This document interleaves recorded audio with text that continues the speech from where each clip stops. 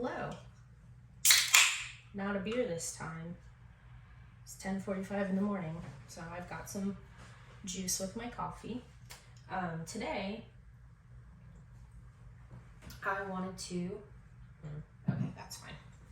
Today I wanted to chat about my weekend. Last weekend, it was a virtual writing retreat weekend. Every 3 months, the moderators, admins in Sarah Cannon's writing community, the Heart Breathings writing community, I will put a link down in the description. Every 3 months, they host a virtual writing retreat where we travel somewhere different in the world.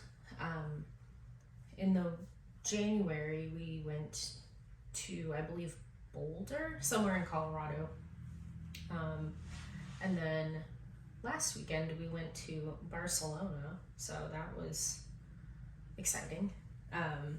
But basically what this writing retreat is all of the mods and admins in her community will take turns hosting 2-hour productivity sprints for 3 days. So I had the schedule up here in my time zone, Pacific Standard Time, so I could cross off the sprints as they passed and just kind of keep track of them. They are in the Google Calendar on Sarah's writing sprints page on her community board, and then she also sends an email every day of the writing retreat to let folks know, hey, this is... Oh, sorry, there was a cat hair floating and I didn't want it to go in my coffee. But she'll email folks in the morning with a list of all of the sprints for that day. And I did not include the first sprints each day in my time because they start at like 4 a.m. my time, and there's no reason for that in my opinion, and for my life. There's no reason for me to be up at 4 a.m. ready to write. So I would like to share with y'all how I did last weekend, because I had a super great weekend with productivity and moving forward on my book. So get cozy. Grab a beverage, grab a snack. I have 0 snacks, but I have 2 beverages. I think my coffee is probably, yeah, perfect. Cool enough to drink now. While I was fiddling with the camera angle, I'm sorry, this is probably not the best camera angle, but my coffee had time to cool off while I was trying to get the angle right. So, without further ado, we will start. A general overview of what I am working on is actually my National Novel Writing Month project from 2021. This is my notebook for it. Every single novel I have, no matter what its stage of completion, has its own notebook, and perhaps we can go more in depth over what's in all of my notebooks, but this thing is just stuffed. I've got papers shoved in, notebook or index cards. Back here I got a bunch of papers stuffed in back here. And then, without letting everything fall out, I have sticky notes and word sprints from various, well, not various, but my 2021 NaNoWriMo. Ideas, to-do lists, thoughts, things that I know I need to fix, general revelations like, oh my God, what if? All of those things. This is the brain behind my story. It's where everything goes, and this story is my project, like I said, from 2021. I had it about half drafted. I was literally in the middle of drafting the midpoint scene, and that's where I just stopped drafting. So in March, I was deciding that this is the first book I'm going to pursue publishing on, and I'll make this kind of background and synopsis brief because I know I've talked about it in a few of my other videos. But I was refamiliarizing myself with this story and thought to myself, I have grown a lot in the last 2.5-ish years as a writer, and while what I have is good, the bones are there, I can beef this up more with plotting. I can do more, I can do better. And so I wasn't trying to rewrite everything, but rather kind of beef up the plot a little bit. I could see some obvious plot holes and areas that I needed to improve. So I thought, I'm going to replot, keep what I can keep, and just fill in those holes, just expand it a bit. And so I was working very diligently on that, making great progress, and then I had the realization, oh my god, my main character is not the main character. My secondary character, my second main character, the second most important character in the book, is my main character. So my main character and my second main character have now swapped importance. So my second main character is now my main character. And so I went gung-ho replotting from his perspective, dead set on telling his story, and I switched the point of view. So the story will now be from his perspective instead of Jenny, who was our previous main character, who's now the second most important character. And I got this trick from, all of my channel is just endorsing, sorry, that was loud. All of my channel is just endorsing Sarah Cannon, her Sarah Cannon channel, her Heart Readings channel. I have watched every single video of hers probably more than once. So she found, these are just on Amazon, they're just clear, and nothing spoiled on this first page. But these are just clear, almost like photo albums, if anybody remembers those. But you can put your index cards in them. And there's quite a few. Like I have 57 index cards, and like I'm not even halfway through. So there's plenty of room to outline your novel, and that's how I've been doing my scene cards, because before I just had them binder clipped, and you better hope that your binder clip was big enough or that the edges didn't get kind of frayed and torn, and it was just a mess. You better hope they don't come undone. The binder clip doesn't come undone in your bag. So this is a much easier way to kind of organize everything. Yes, it's a little bit bigger in size, so if keeping things very small and compact is your goal, maybe not the best option, but I really like this because I can just flip through my story and have a really good, sorry, that's probably not a great angle. You can just have a really good view of your story, and it's easy to move things around. The pockets, or the index cards, photos, whatever you want to put in here, slide out from the middle. So even if they start falling out of your photo album, they won't be falling out this way and out of your book. They're just going to be falling out in the middle and thus pushing themselves back in, essentially. So super recommend this. I've got it in a 2-pack. So I had plotted, replotted the book all from Joe's perspective. These are all the scenes I essentially felt ready to draft. And then I had the realization just this week that there are things that there are scenes and pieces of information that I really want to convey in my story that they just don't fit. And I don't know how to give the reader information without Joe, the main character, also having that information. And sure, you can do a scene where two characters are having a conversation. But after a while, it just feels like info dumping, where you're just kind of word vomiting all of this information to your reader.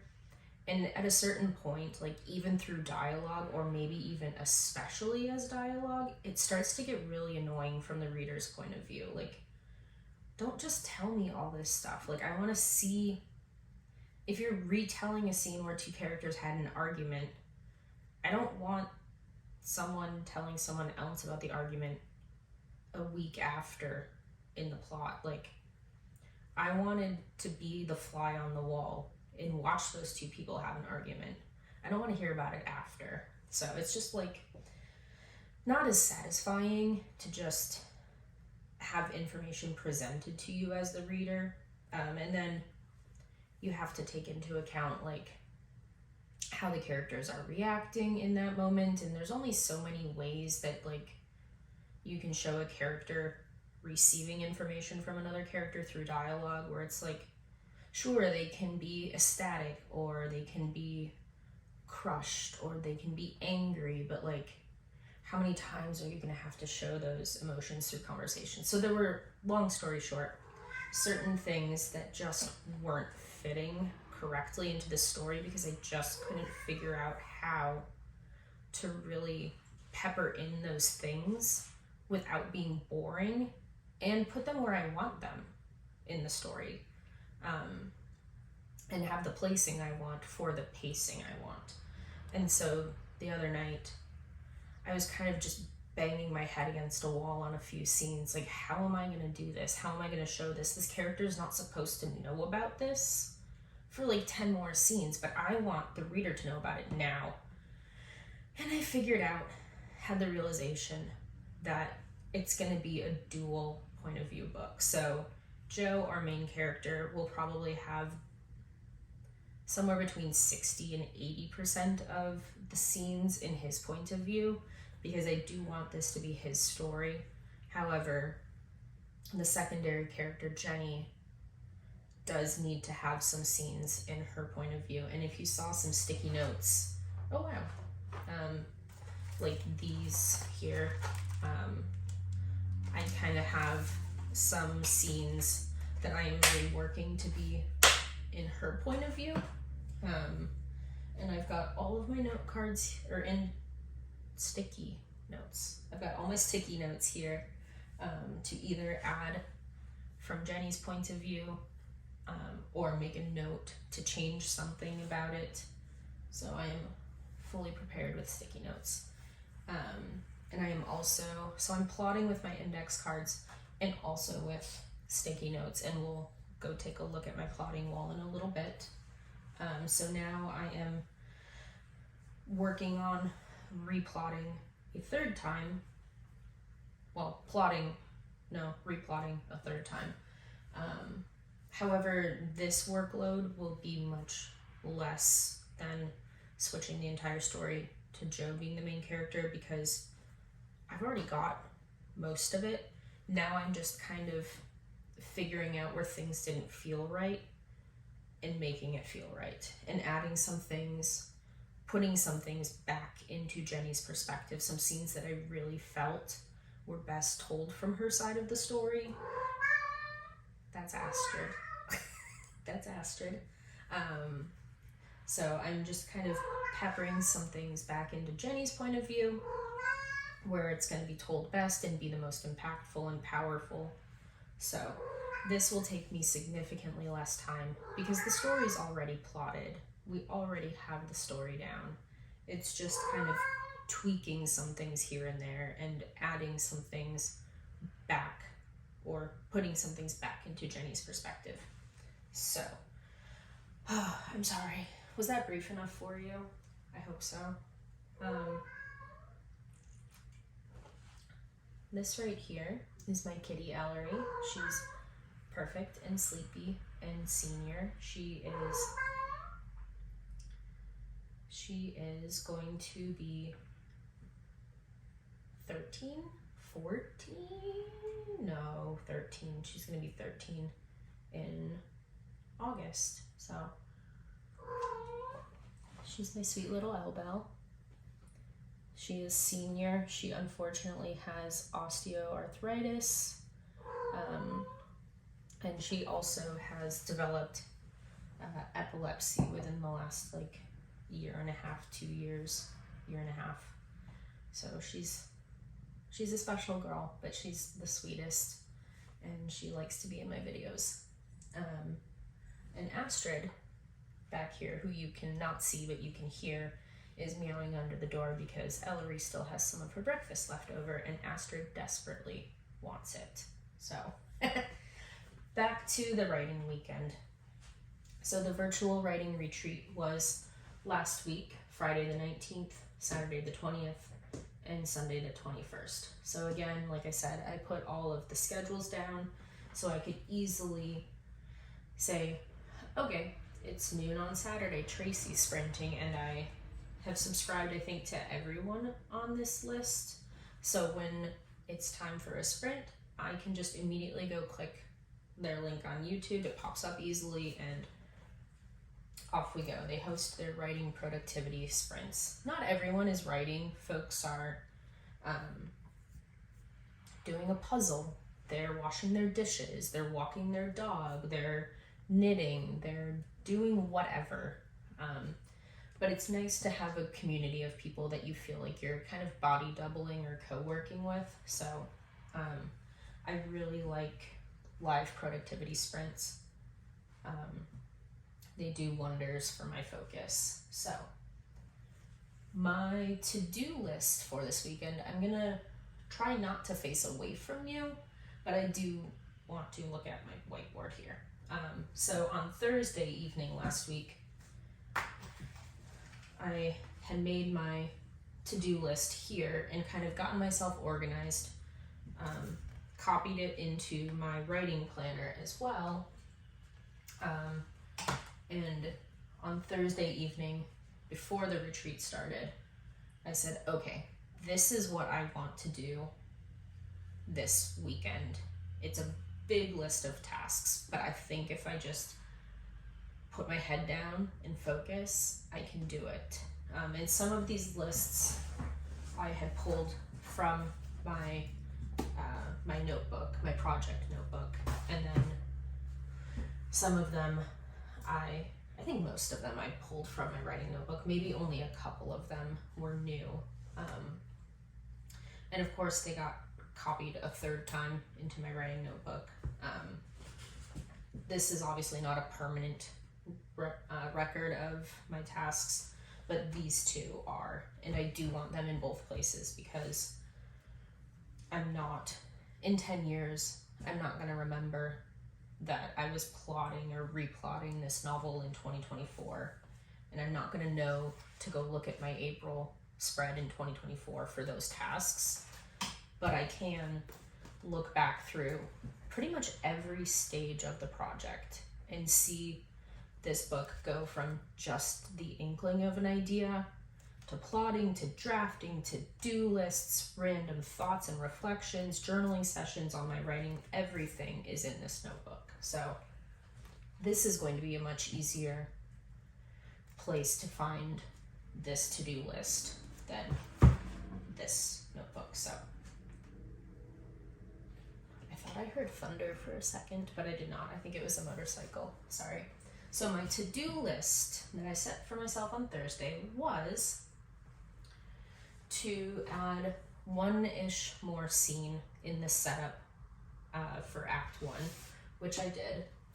I wanted to add one-ish scene from Act 3 in the execute plan phase, and then one-ish scene in Act 3 from the dig deep down story phase. And most of these kind of plot point phases are from this book, Save the Cat Writes a Novel. I highly recommend it. It's not, oh my god, there's just cat hair everywhere. But this book isn't perfect. It doesn't work 100% for every genre, for every type of story. And you can kind of take the plot beats and story points in this and kind of twist them and make them your own. So I highly recommend at least reading this because it provides good options. Mine is marked up, it's dog-eared, it's written in, I don't remember if this was a cat who chewed the corner or a dog, but somebody thought this would be a tasty snack. So this copy is still in good shape, but it is well loved. 100% love this book. And whenever I feel stuck in plotting, I will frequently reference this and just kind of, it gets my gears turning, so to say. So that's kind of where I'm drawing these story beats from, is mostly from this book. I decided not to try and worry about these two scenes because if I see something or think of something that needs to go there, it'll make it there. And by this point, there probably is a good chance I did do these things, but I did check them off or cross them out with an X and said, I'm not worrying about it. I'm not going to try and force something that just for the sake of adding an extra, 1,000 to 3,000 words to my manuscript. Like, I'm not stressing about it. Move on. My other goal was to read through all of my scenes for completeness and try and find those holes. So if I did see a hole, maybe I did think there's a hole here, but I knew what to put there. Or, I'm reading through my scenes and, this thing just doesn't feel like it fits. I'm going to cut it. So I read through all of my scenes for completeness. Not specifically paying attention to the order of the scenes. They were mostly in order. The inciting incident was in the right spot. The midpoint was in the right spot. The final image, kind of resolution, end of the book, last chapter, was in the right spot. But in the fun and games section of Act 2A, where your characters are getting to know each other, they're starting out on their journey or quest, mine has about 12 scenes, and they weren't in order. I knew they were all going to be in the fun and games section, but I didn't have them in their exact order. Same thing with Act 1, when you're setting up the book, kind of showing why the character's world and why the character's mental, emotional state isn't working for them. I had those scenes in their order, or in that section or beat of the book, but I didn't know exactly what order I was going to put them in, which led me to my next task. So once I knew I had all the scenes I wanted, I then had to put them in order. And then I had to prep my Free Write Traveler. This is kind of a niche device, and I am thinking about doing a separate video on my review of this device. I bought it in October. They were having a warehouse sale, and I decided to cave and treat myself for NaNoWriMo and buy one. And I did write and win NaNoWriMo on this device, and I did finish the first draft of my mystery novel on this. If that gives you any maybe spoilers on how the direction that my review will go, so be it. But I did want to prep this device for drafting this book again. So basically all I had to do to prep this was charge it and then wipe my old mystery draft off of here. I could have kept it without going into the weeds on this device. I can certainly do a video talking more about this Free Write Traveler, but you have 3 different folders. So my mystery novel was in folder A. I could have easily just started drafting this novel in folder B, and I have no doubt in my mind that there would have been enough storage space on this device to hold both of those rough drafts. My mystery rough draft was about 85,000 words. and this will probably end up somewhere in the same ballpark, but this device can hold over 1 million words of storage. So I'm not even gonna scratch the surface. So I had to prep my free rate for drafting, which I did. And then I had to make my scene cards, because until this point I had been plotting on sticky notes. They were super small, compact. I was putting them all here in my notebook. And you can probably, so here's where they were. I just had my major plot beats, the opening image, theme stated, setup, the catalyst, the debate, break into 2, so on and so forth. Act 2A, Act 2B. I like to split Act 2 into 2 parts. The defining point is the midpoint. That will end Act 2A.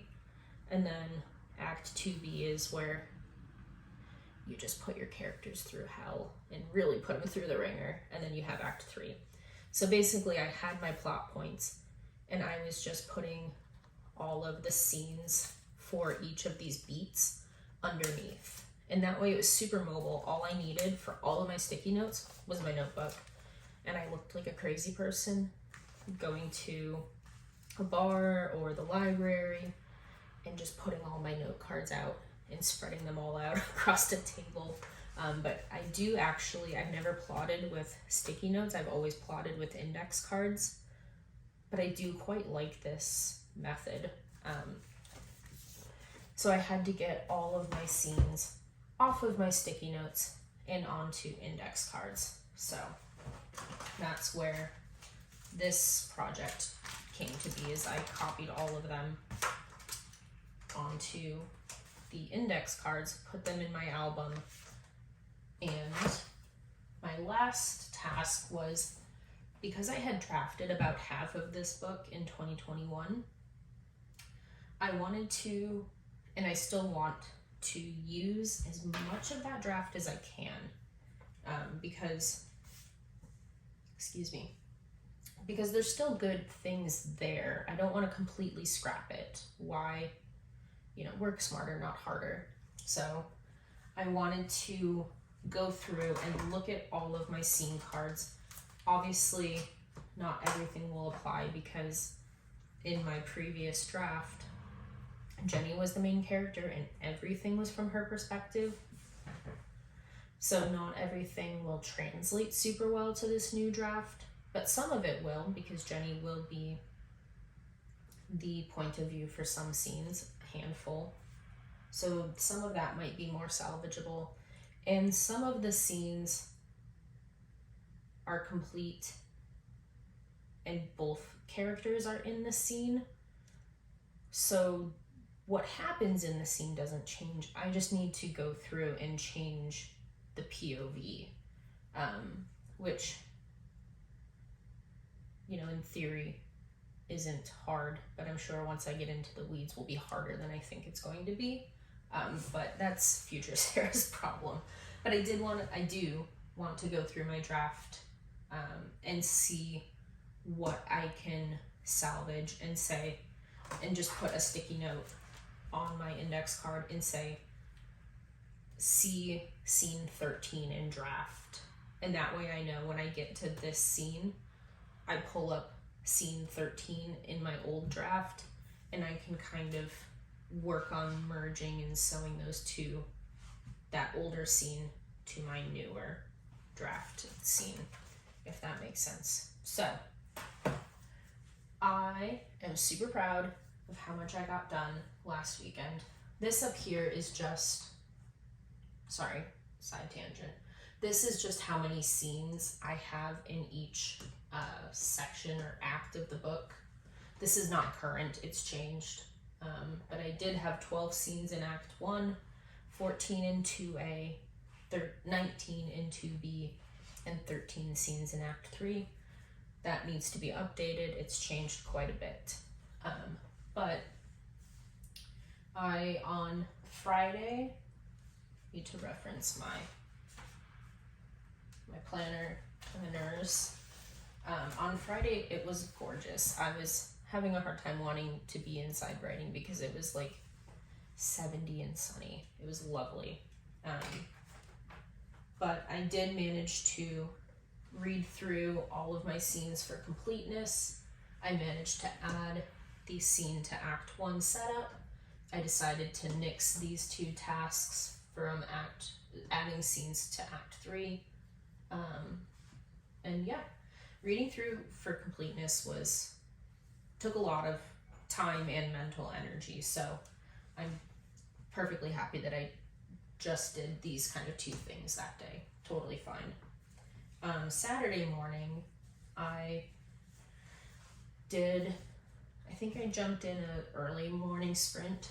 There was one earlier than this, or Saturday, sorry.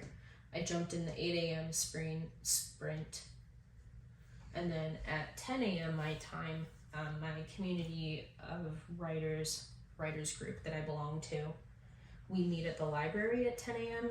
on Saturday mornings, so I went and got some good work done there, and there I started putting scenes in my story order. So I had all my little sticky notes spread out on the table. Luckily, there's a beautiful old wood table that probably can seat like 8, 10, 12 maybe people, and I just had all my sticky notes out. I again looked wild just moving them around here and there, but I did make quite a bit of progress in putting my scenes in order.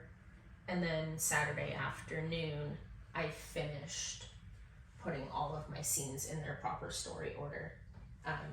And I started making my scene cards and just writing from my sticky notes and transposing that information to my index cards. Sunday, also super productive.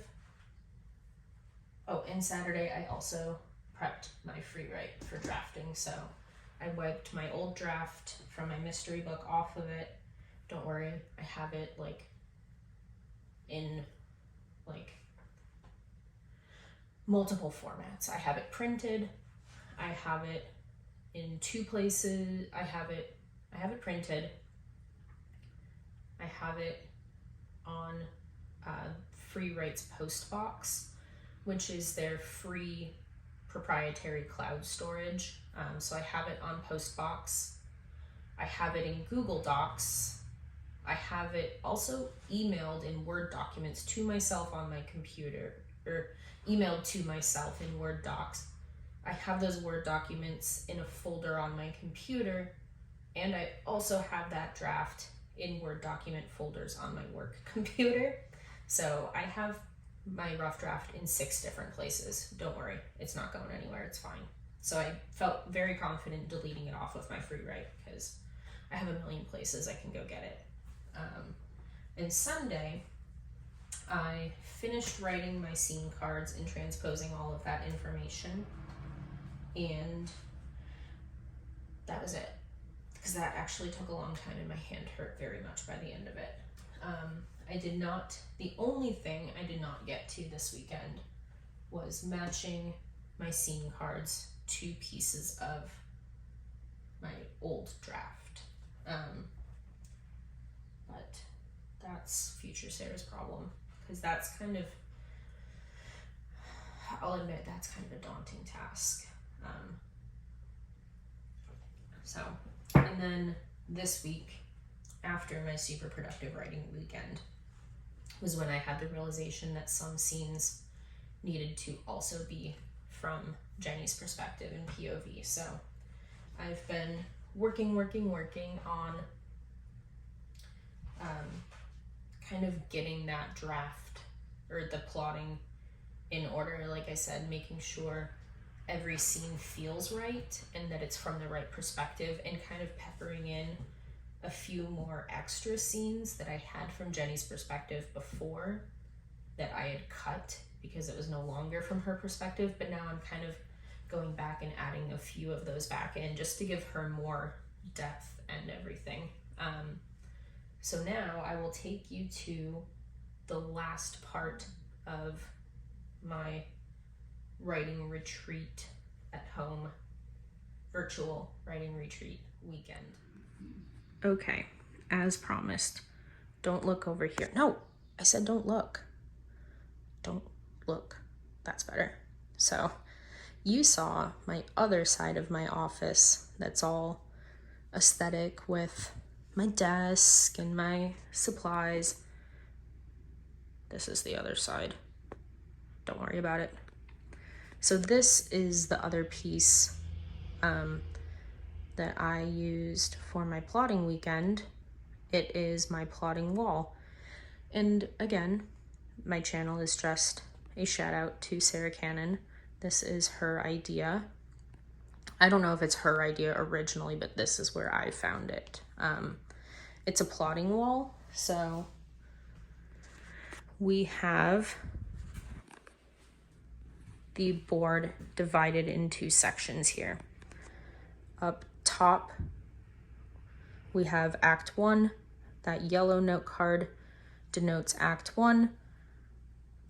Act 1 is separated by the pink tape. Act 2A, separated by pink tape. Act 2B, again separated. And Act 3. And then I have more tape running across each part or each act, dividing it in half again.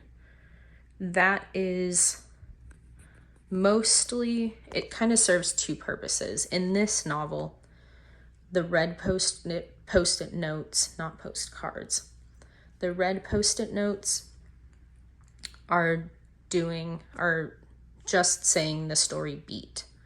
So we have our opening image, we have our fun and games, our midpoint, our dark night of the soul, executing the plan, the final image / resolution.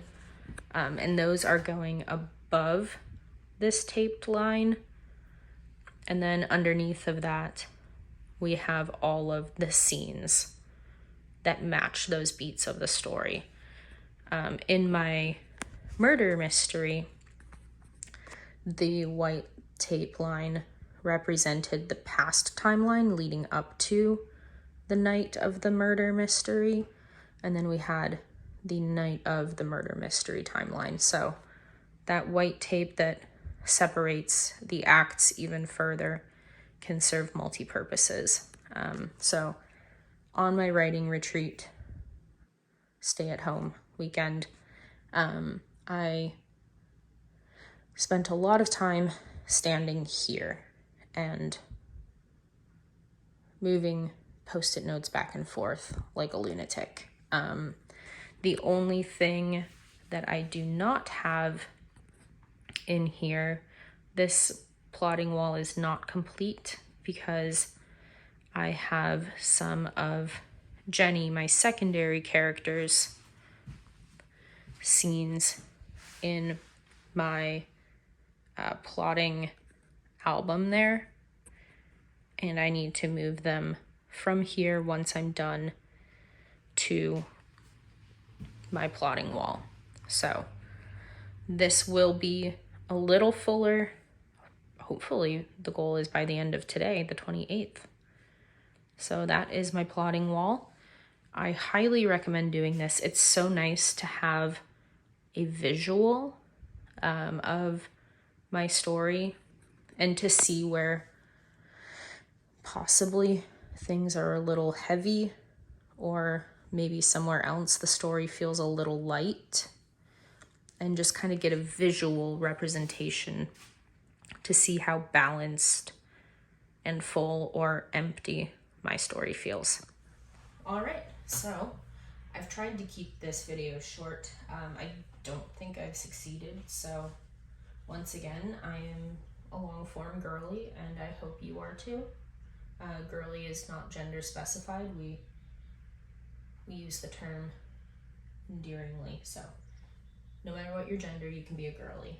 Besides the point, I hope you enjoyed this. I hope it gave you a little bit of a peek into my process. I hope you got some inspiration maybe on how you can organize things. Maybe you got an idea for plotting or kind of methodology with your own writing.